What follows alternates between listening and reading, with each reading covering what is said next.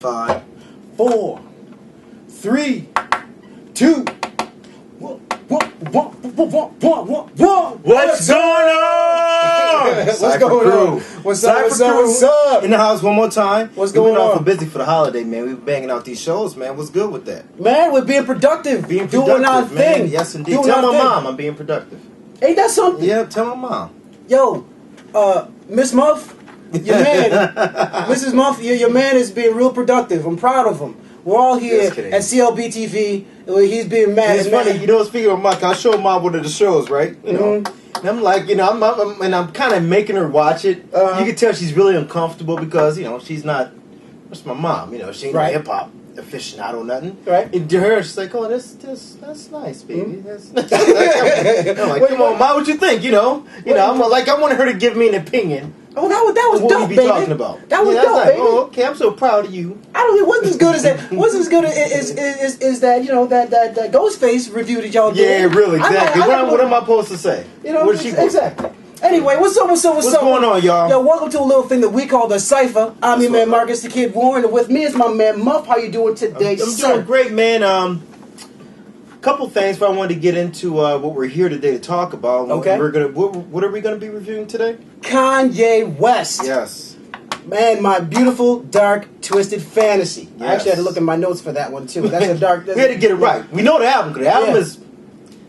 We'll get to that. Yes. At any rate, but a couple things I want to talk about here. Number Speak one, on it. I posted. You know, I'm really excited because my man Michael Rappaport is going to be doing a documentary on the A Tribe Called Quest. Right. Well, a documentary on the Tribe Called Quest, who is, in my opinion, the greatest hip hop band of all time. I know it's up for dispute. In fact, as we speak, there's a couple of our friends on Facebook that are literally having a discussion as to whether or not Tribe was better than Wu-Tang. Right. And I haven't had a chance because we were preparing for the show to really get in on the conversation on Facebook that they're having right now about that. Okay. And this is where I would sit on that. I'll make my position clear.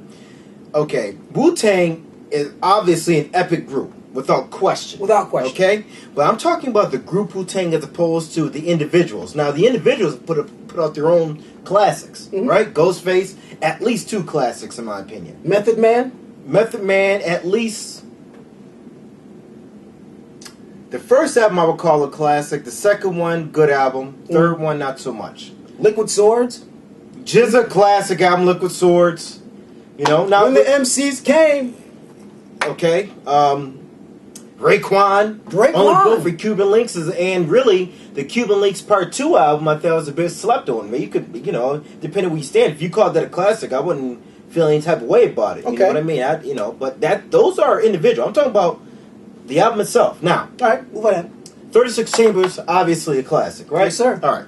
But the second album, okay, Wu-Tang Forever, very good album. The problem with that album, and I like the album, problem with it was a double CD.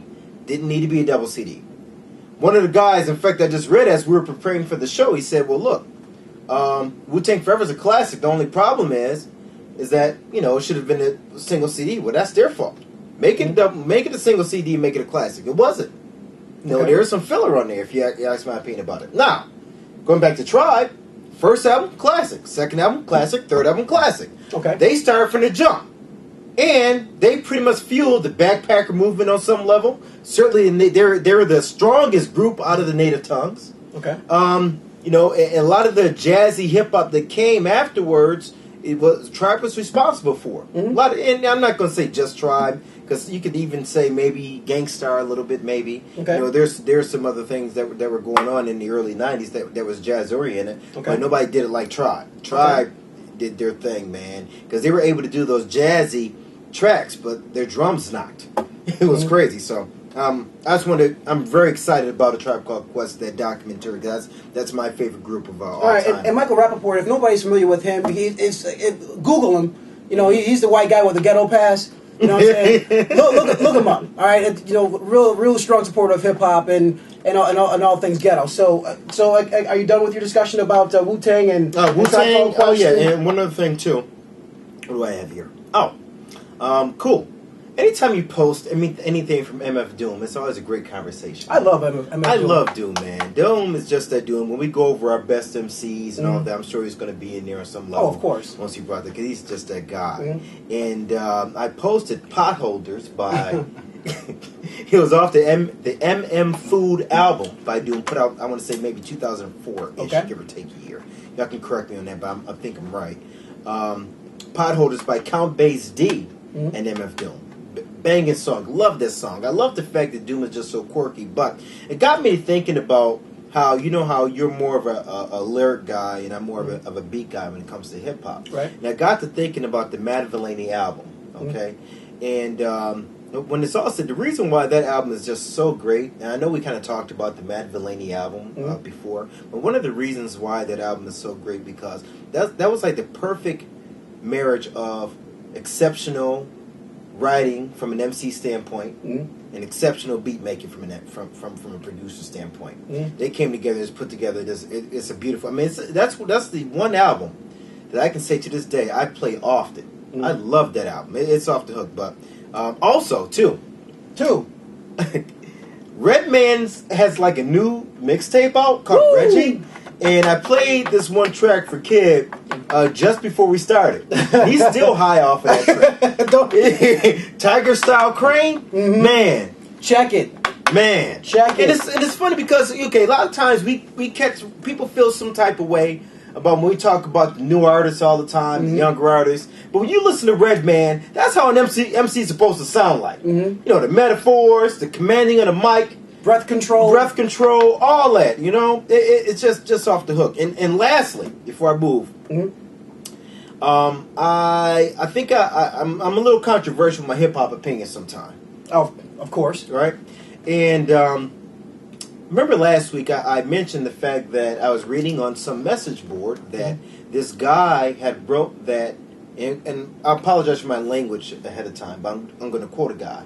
Earmuffs. About Tupac, and he basically said that Tupac was the corny ass nigga's answer to Sarah Palin. And I laughed at it at first, but there's some truth to that. Because, you know me, I don't think Tupac's the greatest MC ever like a lot of cats do. And I think a lot of guys get really emotional, like when it comes to defending Tupac. Just like how some guys who are not necessarily hip-hop guys get really emotional when I don't say that Eminem's the best MC of all time. I'm just calling it like it is. You know, Tupac was great at some things, not so great at other things. He didn't really have any classic albums to me, for one. Okay. Maybe some classic songs, I'll give you that. And there's some songs that were very strong that I love that Tupac made. But don't sit up there and tell me he's the best ever and blah, blah, blah, because he wasn't. He's a good artist. You know, some songs were great, but there's some songs by Tupac that were made that I thought was mad corny, straight up.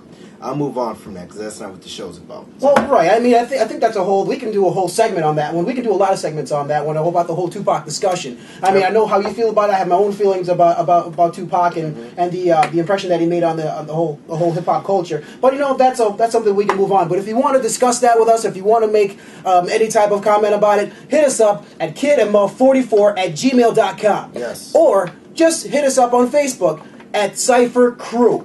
We are Cipher Crew. Be our friend. Yo, but check this out. I want to. Anyway, I just want to let y'all know we've been doing this for about a year. Yes. And I have some exciting news for you guys. Yes. Exciting news. We've decided to do the first annual Cipher Awards. Yes. And give out the coveted Cyphy. The Cyphy. With the 7 deadly categories. Yes. All right? Yes. First category. Read them off. Best MC, major and indie. All right? Best album, major and indie. Best group, major and indie. Best track of the year of 2010. Best beat of 2010. Best producer of 2010. And best verse of 2010.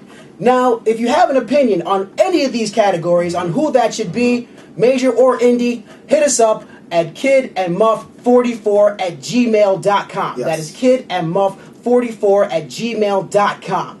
Now, moving on. One other thing, too. Yes. One other category, even before we move on. One other category.